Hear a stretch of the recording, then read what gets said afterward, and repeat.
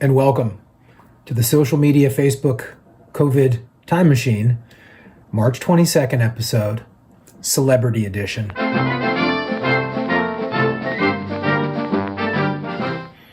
Okay, here we are exactly 1 year later. And this was in the thick of it. This was a couple days after we all agreed to lock down. I'm using loose quotes because I did not agree to that. I sort of reluctantly agreed to give us 15 days to flatten the curve, which we did, by the way. And we'll get into that in a couple episodes. But today, March 22nd, a year ago, I'm a big fan of Lost. I loved that show. I even liked the weird seasons that some people didn't like. I loved the whole thing. And this was Jen from Lost. And all us Lost fans were very concerned when Daniel Day Kim came down with the coronavirus.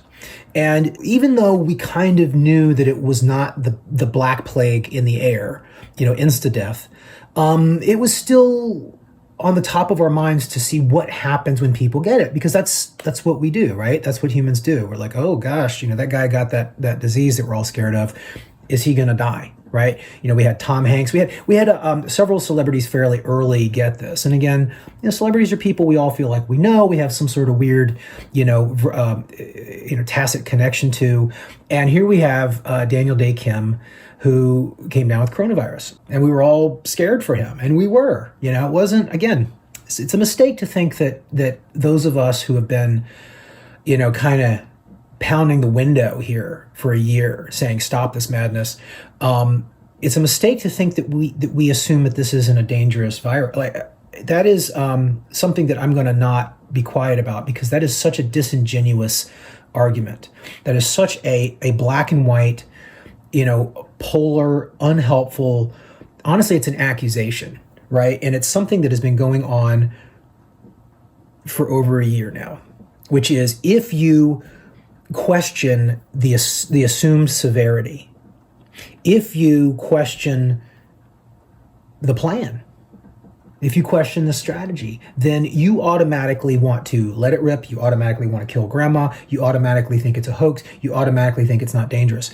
That is dishonest, and it is frankly like evil. Like, it's not okay. If you actually use those arguments and believe them, then there's something wrong with you. We could count on one hand the amount of people that actually think that this is a hoax, or, the phrase "just the flu" was flying around. That's an accusation. When in reality, the only people that said it was just the flu were the de Blasio administration in mid-February, while they were encouraging people to go to Chinese New Year in Chinatown and go to the theater. Who knows how many infections those idiots caused by literally saying it's just the flu, or it's just, it's not nothing to worry about. So anyway, here we have Daniel Day Kim. He comes down with coronavirus. Everybody, even people that weren't Lost fans, were concerned, or watching it. We're saying, is this guy gonna drop dead? Is he gonna explode? Or like, what's gonna happen? There's a lot of fear at this point in time. And here's what I wrote. He has recovered, still in isolation. He was given hydroxychloroquine and Z-Pak. This is hopeful news, people. And it was. You have to remember that my POV here on my Facebook page, and again, I have thousands of friends, as most of you do, or some of you do, but I have a lot of Facebook friends. And my MO here was to literally share hope and alternative sources of information that were legitimate, to round out what the narrative media was shoving down our throats, which was fear. All right, they were driving up hysteria, and they were pushing only one solution, and they were trying to make people believe, and they succeeded, unfortunately, that science was lockstep in agreement around a certain set of facts and a certain set of strategies, when in fact that was absolutely not true, and I knew it. And so, at a certain point, you can't yell at people. You can't, browbeat them. And, because social media essentially allows us, the individual, to be our own media outlet, really, that's all it is. I was using my channel, my media outlet, my Facebook at the time, because I wasn't on Twitter, I wasn't really on YouTube at the time, to provide these sources of information and provide hope. And this was because I knew people had watched this guy come down. They were concerned. They were looking at him. They were looking at Tom Hanks. They were looking at other people. And then he recovered. And he not only recovered, it seems like he recovered with the help of this evil drug, hydroxychloroquine, which again, if you actually believe that this drug kills people, you've got a problem. Yeah, I mean, if you give people too much, and people apparently did that. And the people that drank fishbowl cleaner, it seems like that woman was maybe trying to kill her husband. I don't know. I'm not going to go on record with that, but did that ever get resolved, by the way?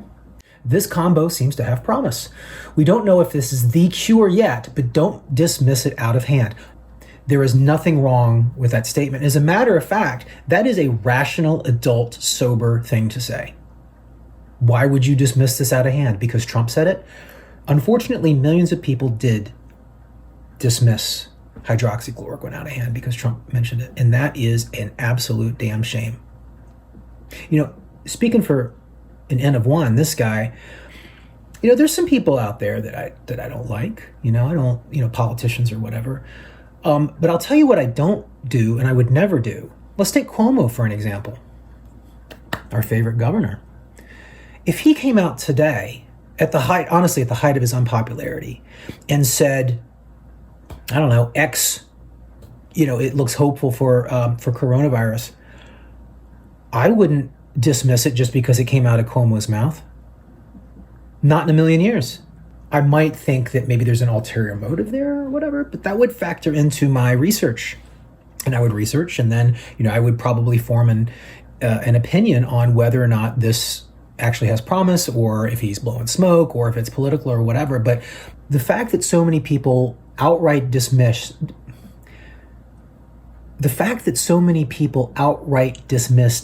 hydroxychloroquine and frankly demonized it is insane.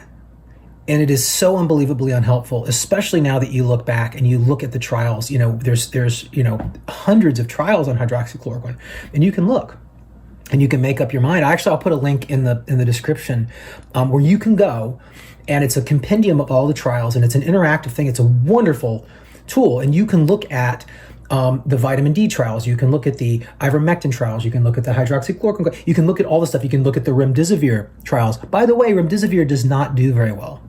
I'm not an anti-pharma guy. Those of you that know me know that I am not an anti-pharma guy. It's just, I'm skeptical of a lot of what big pharma does, but,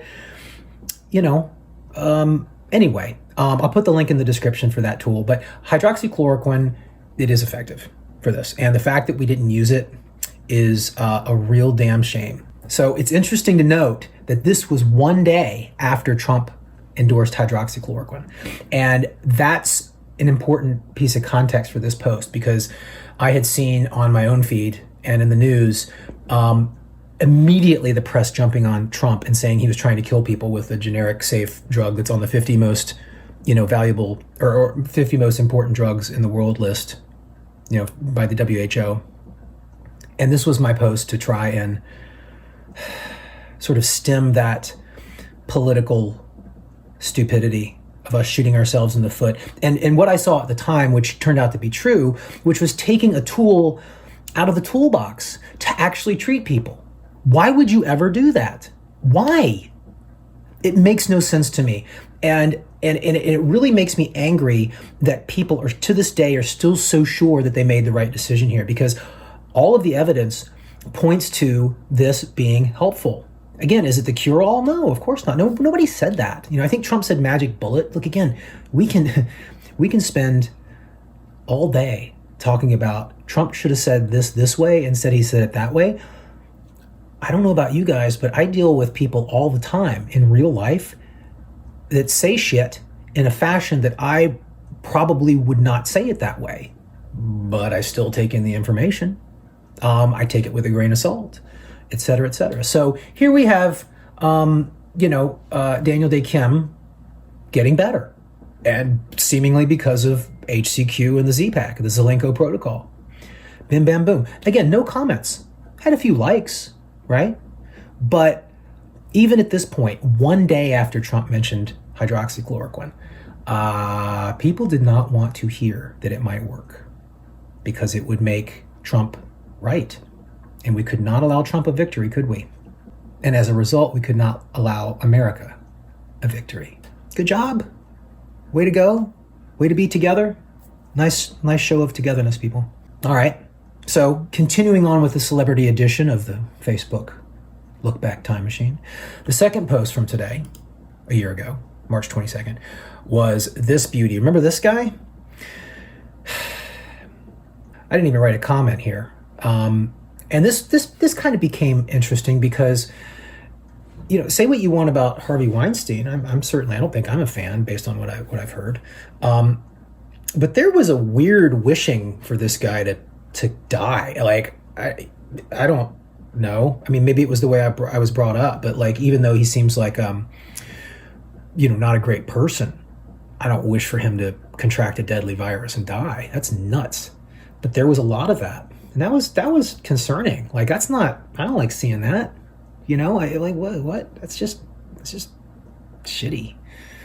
But there was also discussion around Harvey Weinstein potentially using this as an excuse to get out of prison or whatever. And people were doing that. This was the beginning of that. Like people, I think Michael Cohen got like there were people that were in prison that got moved or got released because of fear of coronavirus. Obviously, prisons are like cruise ships that you can't get off of. Not really, but you know what I mean? Like, it's a contained atmosphere. And, what we do know about, viruses and illnesses and pathogens and stuff is that these closed environments tend to not bode well for, tamping this stuff down. It seems to spread. So here was Harvey Weinstein, persona non grata, the Me Too of the moment here, getting coronavirus in prison. So I just thought it was interesting. I posted two things today. They were both about celebrities, and the public paying attention to celebrities with this was very interesting to me because, our relationship with celebrities is neat, right? I think it's neat. And it's something where you feel like you know the person, right? You feel like you know Harvey enough to hate his guts, right? And you feel like you know Daniel Day Kim enough, or at least us Lost fans, that you'd want to be stuck in an elevator with a guy or grab a beer with him. And so there's a connection there. It brings out some interesting nuances about the way we think and approach these things, and that's why I posted these two things this day, because one was a positive, favorable celebrity, somebody we were rooting for, and then the other one was somebody that most people wanted actually to catch the virus and die a horrible death. Boy, we humans, man, we're consistent. Celebrity edition. You're welcome.